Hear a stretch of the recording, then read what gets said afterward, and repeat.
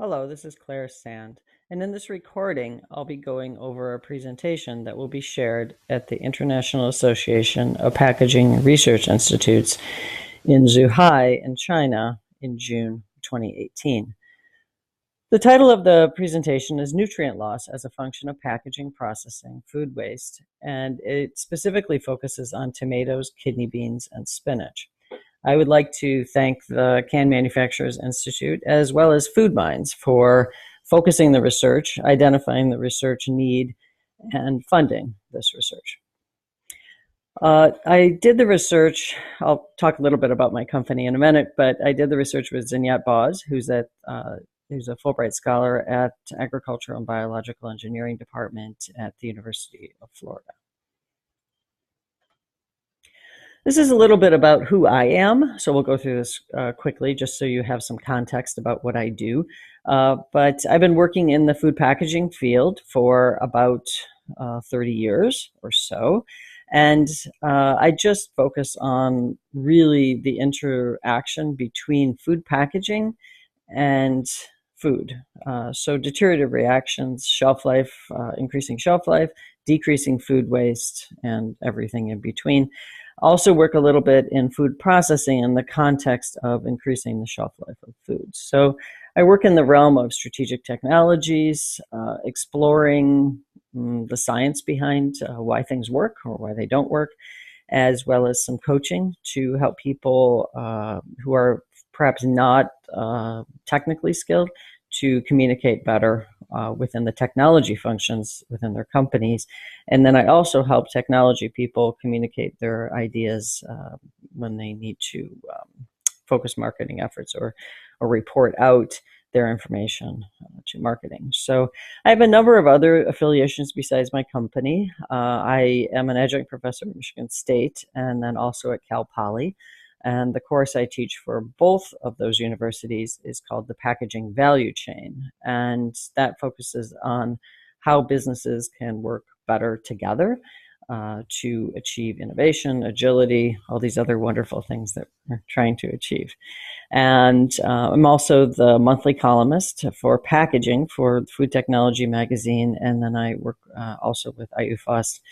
I'm a reviewer for a number of different journals, and I'm also the co-chair of a PAC consortium on food waste. So that's a little bit about me. Obviously very focused on food packaging, and I appreciate the opportunity to share this research with you.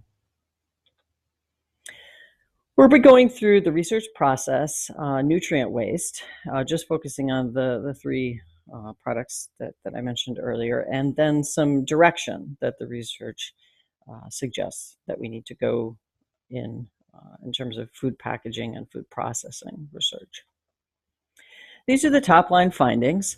We started with 15 different products and focused on spinach, tomatoes, and kidney beans as the ones that were representative of what is actually happening in canning. So it was based on volumes. It was also based on the different types of products. We wanted a full range of products.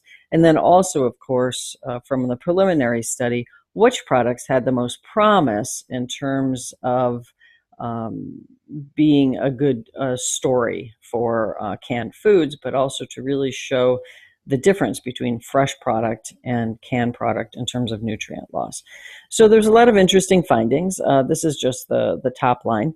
And so what we found is that in spinach, there were 8 core nutrients, as well as in tomatoes, and then 7 core nutrients that actually exhibit less waste than versus fresh. And so we did find a lot of deteriorative reactions happening in spinach and tomatoes throughout fresh processed shelf life, which were taken into account in this analysis. So I found that personally to be very interesting, and it's not something we really talk about in the food industry, is the nutrient loss as a function of shelf life with fresh products. So that was interesting. We also, and we'll get into this in detail, and spinach was most interesting is that we are evolving in terms of how we fresh process. So the word process applied to fresh vegetables is even more applicable applicable than it used to be in the past. And so we're increasing that level of processing for a lot of different reasons. One of them is the amount of food safety outbreaks that we've had recently. And so they've focused on increasing the food safety and the incidence of things that you've heard about in the press, like E. coli and Listeria, associated with fresh vegetables and fruits. So let's talk a little bit about the research process. Again, we focused on spinach, tomatoes, and kidney beans from an initial set of 15 different products. And we compared data on canned aseptic mats, which is microwave-assisted thermal sterilization. It's a new process evolving very rapidly. If you're interested in it, there's a company called 941. And they are the company that is really pushing mats in the United States, and they've signed a number of different alliances with packaging companies moving it forward. Infrared, and then also cooked in the context of beans, of course. And we wanted to assess fresh processed nutrient loss over shelf life, but then also look at what's happening in the can. So when I was early in my career, I worked within Pillsbury, which at that time owned Green Giant, and we were focused on increasing or decreasing the amount of nutrient degradation, as well as texture and color aspects of canned vegetables. And so this is something that I've been involved in for a number of years, and we were also exploring emerging technologies, one of which was mats at the time. But it's come to fruition now. We also looked at high pressure processing, which is also called UHP, or ultra high pressure processing, but most commonly high pressure processing, or HPP. And that type of processing is advancing very rapidly as well. The amount of pressure that we're talking about is about what's at the bottom of the Marianas Trench in the ocean. And so we're talking about some very high pressures. Obviously, when you think about packaging in that context, there's a number of different factors, and reaction rates of what happens in fruits and vegetables at those high pressures is very interesting.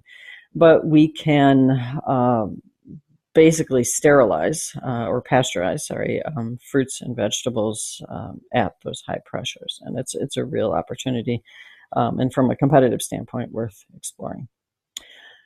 After all of this, we looked at food waste as a function of processing. And so what that did is there's been a lot of work on looking at nutrient degradation in processing, but there hasn't been a lot combining the two. And so we were able to provide a full sustainability story on how much degradation is happening as a function of food waste, as well as degradation in a can, or during the different processing methods, or during shelf life of a fresh processed food. And then after that, define direction of what would be suggested areas of research, or really holes in a lot of information that we have in terms of communication. So let's talk first about spinach.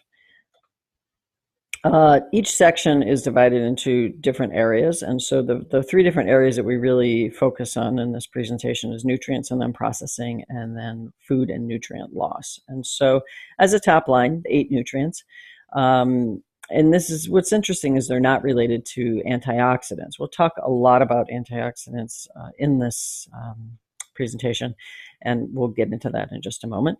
We looked at, again, high pressure processing, and then also mats. Mats in the context of spinach has a lot of potential, and there has been some degradation of color, but it has a lot of potential, especially linked with something like aseptic processing. And so we are seeing a kind of a blend of different processes being used, aseptic being a good example. What we saw is that antioxidants, vitamin C, and protein degrade during fresh spinach shelf life. And then we also saw an antioxidant blend, and we'll get into the details in a minute. And most antioxidants show values higher in canned food than in fresh spinach. This is the antioxidant blend. So we have A, E, beta carotene, selenium, lycopene, flavonoids, carotenoids, zinc, lutein, folate, and alpha tocopherol.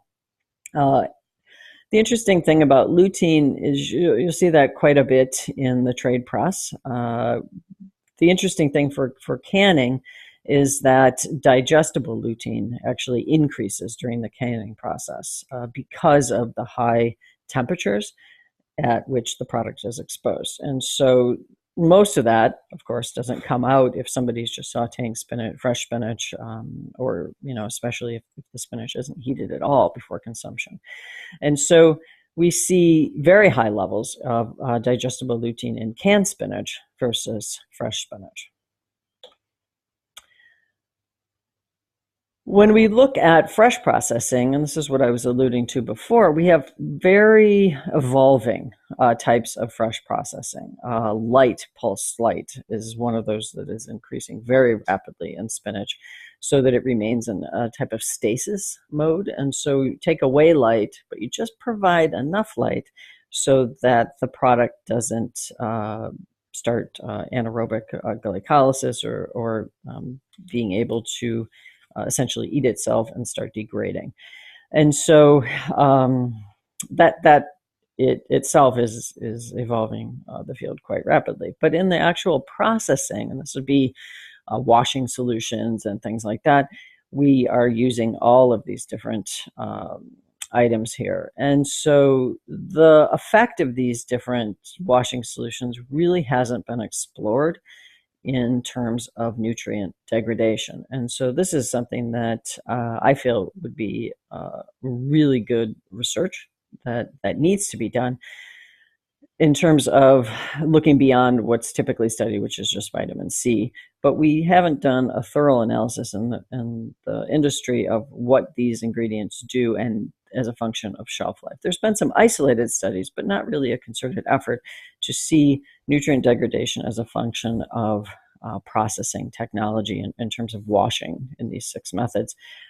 We are emerging the post-light, I guess you could say post-process storage solution is being studied, but usually only in the context of 1 or 2 nutrients, not in the context of antioxidants and some other micronutrients. So after fresh processing, so this is after it's washed during one of those 6 methods, a lot of different things happen. So in a MAP environment, antioxidant activity is reduced drastically, and we also lose a lot of digestible lutein. Anthocyaninic acid content decreased about 85%. So we're seeing some massive losses. Also in flavonoids, ascorbic acid, there's a lot of changes happening in the canning process. I'm sure you're familiar with what happens with ascorbic acid in the canning process.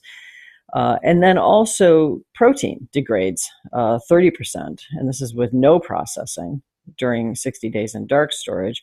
And then with an MCP wash, it degrades only 35%. So that's some of the research that's starting to come out. But as I mentioned earlier, we need to do more research in that area. We, meaning the field of food packaging, need to do more research in that area. In the area of thermal processing, really high pressure processing and microwave assisted thermal sterilization are really put up against the gold standard of fresh spinach, and they don't compare.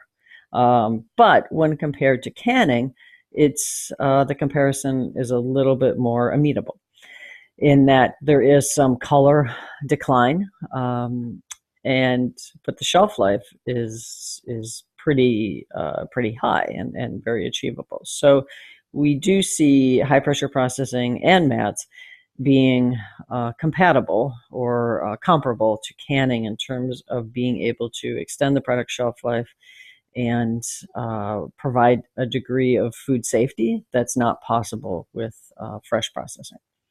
So we do have spinach puree aseptically processed, and the chlorophyll loss is extremely high, which relates to the color. And so you'll see some browning notes and things like that, similar to what you'd see with canning. In some cases, a little bit worse because the temperatures are much higher. We are seeing, and this is your world, working with your in your value chain, is reciprocating retorts, or some innovation being done in reciprocating retorts to retain nutrients.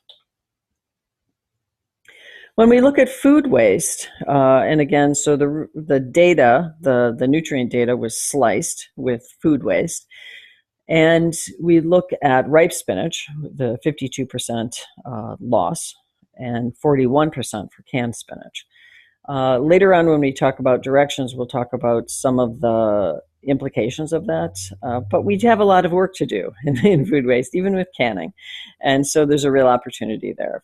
This breakdown that you see at the bottom part of the slide is where the loss happens. And so ripe spinach, you see a lot of loss, 34% at consumption. Whereas with canned foods, you see much less at consumption. You see 15.8%. What that means is that canned spinach is essentially a better value for consumers. They don't lose as much canned spinach as they do fresh spinach after they purchase the item. This is some of the data. And so these are the 8 nutrients that we've alluded to before. And you can see that there are massive amounts throughout this presentation of differences. The blue on the far left is nutrients retained after food waste spinach canned. So blue is canned. And then when you go to the green colors, that's ripe at consumption. So one is beginning of shelf life, is the green. And then the next line over, red, is what happened at consumption, the amount of nutrients at consumption. So that travels throughout the slide. As you can see, we have data on protein. And so looking at the first column, we have nutrients after food waste canned is much higher than the protein level after food waste ripe at consumption, right, at the beginning of shelf life. And then at the end of shelf life, it almost is about half. And so we do see some big differences there. Calcium losses are much higher with ripe spinach when food waste is factored in versus canned. And so all these nutrients have a pretty interesting story for canned vegetables. This is the antioxidant blend, which we talked about before. And typically in food science, we focus on ascorbic acid. And so there's a lot of data on ascorbic acid and what happens to ascorbic acid over time, and how much deterioration we see during canning has been a focus of a lot of research that has been kind of broadened, and with a general understanding, which isn't necessarily true, of that nutrients degrade over time or in a canning process versus fresh.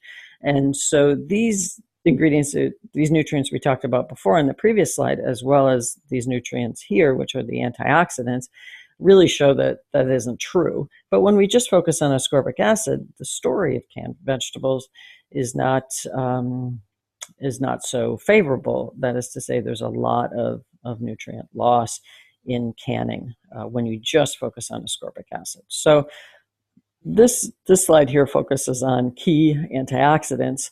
And you can see, if we just take digestible lutein, for example, which we mentioned before, when you have the blue is canned spinach, and then ripe at consumption is the green, and then ripe at consumption at the end of shelf life is even much more deterioration. So lutein is associated with eye health and has been in a lot of the trade press recently.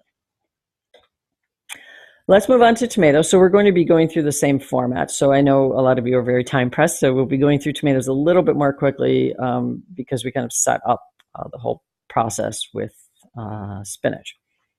So again, 8 nutrients. We talked about mats. There's a lot of finesse being done with retorts because of the interest in increased food safety. And because of the interest in food waste. So it's a very timely study that was done here. We see an interesting phenomenon happen with antioxidants. They peak And then at the very last stage of ripening, when consumers are more likely to eat the tomatoes, it declines. Antioxidants decline very rapidly. Some of the lutein increased with aseptic and mats were very high, and also for other antioxidants like lycopene. And with retort processing, we saw alpha tocopherol increasing and some carotenes increasing. The interesting thing about antioxidants is that lycopene, which is something that's very high in canned tomatoes, is very light and also oxygen sensitive. So when you look at lycopene concentration in fresh tomatoes, you see massive amounts of declines just because they're exposed to light, and of course they're exposed to oxygen. We see massive decreases in antioxidant activity in sunlight and just regular light, like that somebody would have on their kitchen counter. And beta-carotene content decreases very rapidly when a product like tomatoes is picked green and matured versus picked ripe. And so it's fresh tomato quality is a function of when the product was actually picked in the context of beta-carotene. And we also saw, as I mentioned earlier, lycopene levels varied depending on the source of the research. The USDA data is about 2,500, whereas research with actual product is much lower levels of lycopene.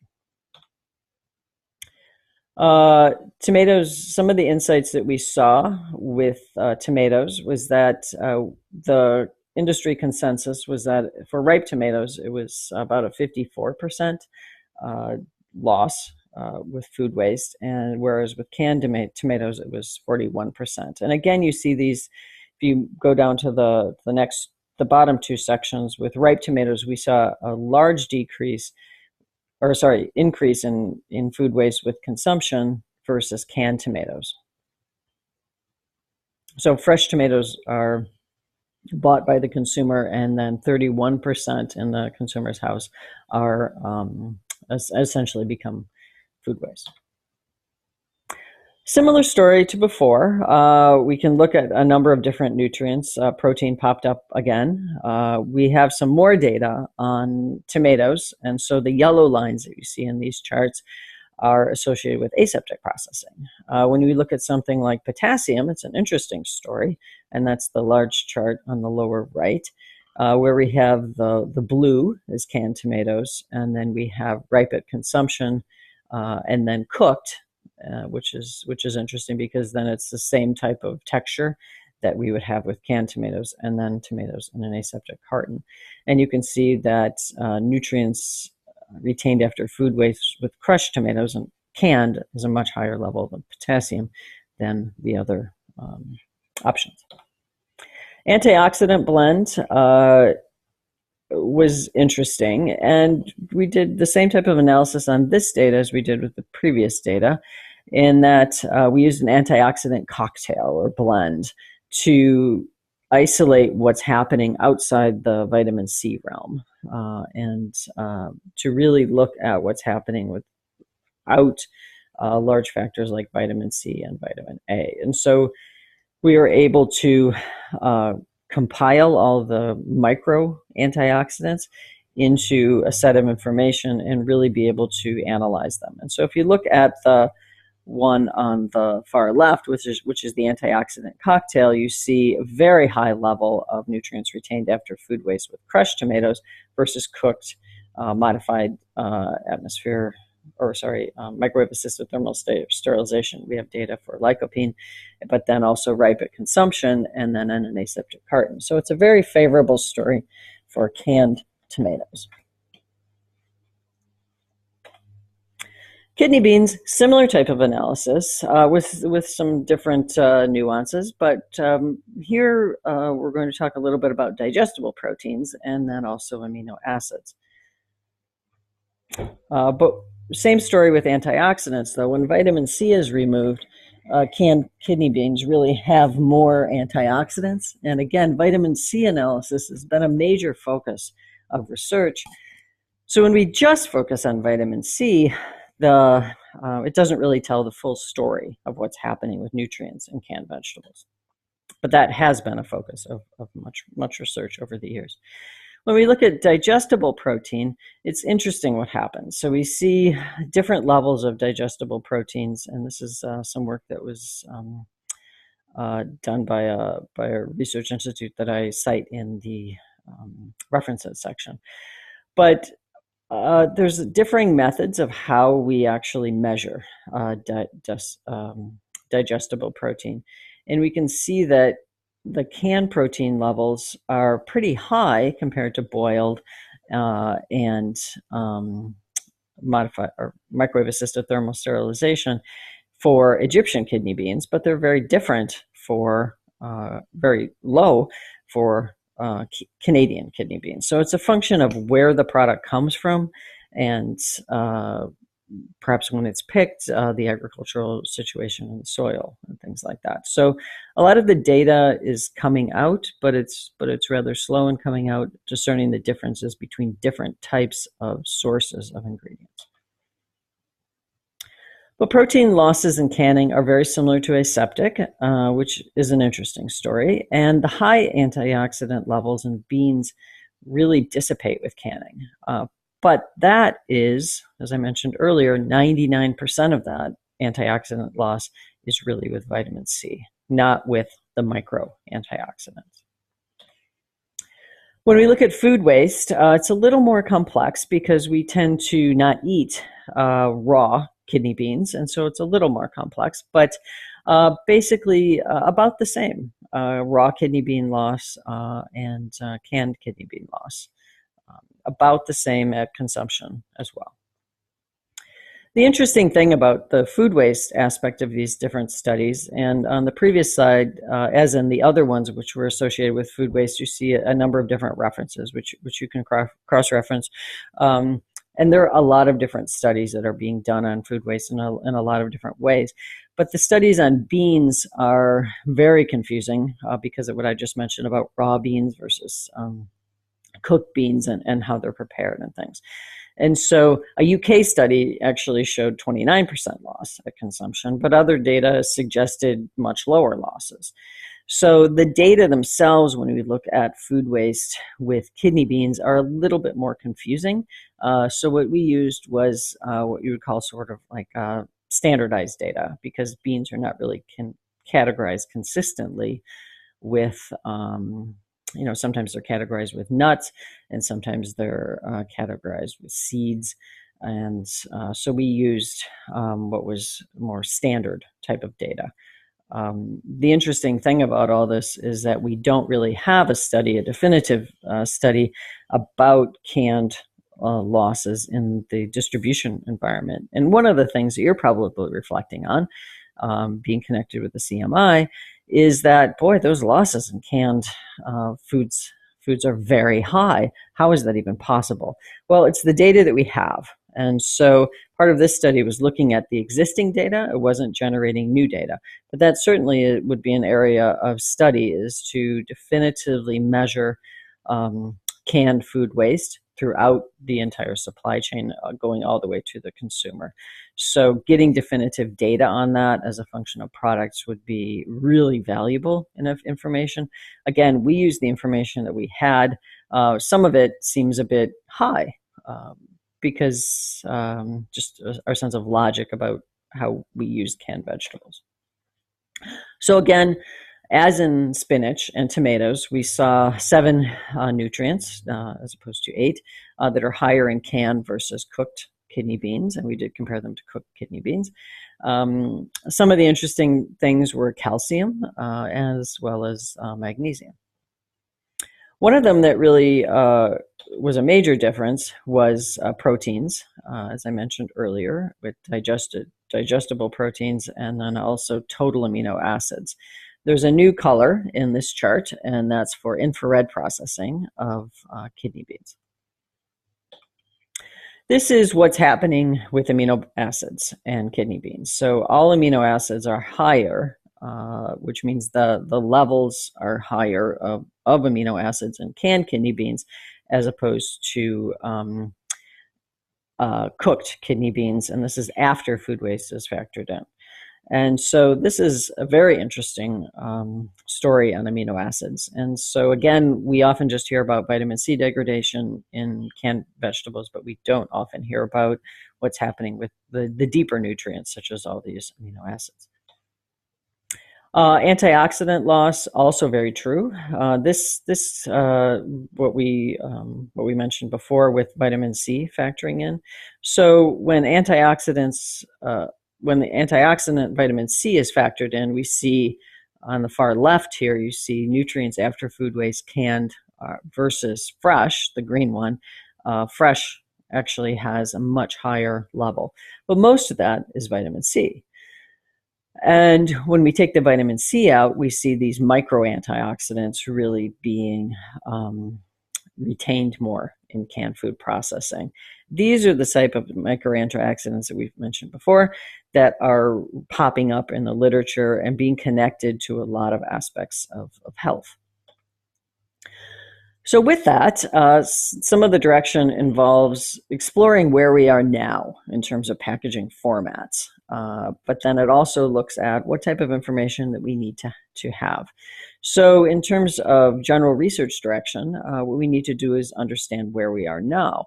The yellow dots in this graph are on the market in a puree. So if you move from left to right, these are just an example of some of the products that we looked at with that had high promise. And again, we just looked at 3 in this study in more detail, but these were, I guess you could say, the top 5 initially. And on the market, we have the green ones. So moving from left to right, there's retort pouches, then aseptic cartons, an aseptic bowl, and then modified assisted thermal sterilization. So if you look at mats, we don't have anything on the market now, right? But the possibility is the next market, the next column. So there's a lot of possibility with mats. Also, a lot of possibility with aseptic bowls and carton formats, and certainly we've seen this in a number of different areas with retort pouches. So we do have a lot of retort pouches and aseptic cartons on the market. And when we look at the products themselves and we look at the type of nutrient degradation, we see potential in a lot of these other different areas. One of the key understandings of this research was that the sustainability analysis, when you look at nutrient loss and food waste, really needs to be as a function of processing as well. So often we look at nutrient loss and then we look at food waste, right, separately, but then we also don't throw processing in. But really to provide a sustainability solution, especially in the context of packaging, with cans being essentially infinitely recyclable versus the other packaging formats which are not, and that's becoming a huge problem these days. We really need to tell the whole sustainability story with nutrient loss and food waste as a function of processing and packaging. And so aseptic formats tend to not be in cans. And then also neither does mats and high pressure processing. And we also need to do due diligence in comparing this to fresh processed fruits and vegetables. This study just focused on 3, but as I mentioned before on the previous slide, there were the top 5, and then even there were the second top 5, and so on. But there's a lot of information out there, which needs to be refined, which we'll talk about. But the story is really, in terms of a full sustainability story, best told with nutrient loss, food waste, and then processing in terms of what happens with the nutrients. So the high food waste after consumer purchase suggests the need for packaging to aid in proper consumer product use and resale. And so this alludes to the very high, sometimes about 15.8% for canned tomatoes, spinach, and kidney beans. Some of us probably reflected that number is quite high, and the consumer doing research to validate that number is key. But if that number is accurate, we can do something in canning to decrease that food waste and provide much more amenable consumer product use and perhaps a resale of containers, something along those lines, to extend the shelf life of an opened can. or to allow consumers to remove most of the contents. And there is a lot of innovation going in that area. We also need new data to replace missing or incorrect data. So we mentioned that before in the context of lycopene numbers being just kind of a bit off, the USDA data versus the recently reported research. A lot of that has to do with when the data was generated, when the study was done, attenuation of instruments, and even the type of instrument that was used. But we also need revitalized and expanded processing research on nutrient retention beyond vitamin C, right? So much is focused on vitamin C. We haven't looked at the other nutrients, which are really key to canning, and canning being a source of nutrients that are not possible, let's say, compared to fresh process, just because of nutrient degradation over time, or the canning process, facilitating things like digestible lutein or higher lycopene concentrations. So we need research on food waste as a function of processing and packaging as well. These are some of the selected references. Some of these are mentioned throughout the presentation, but these are some of the selected references.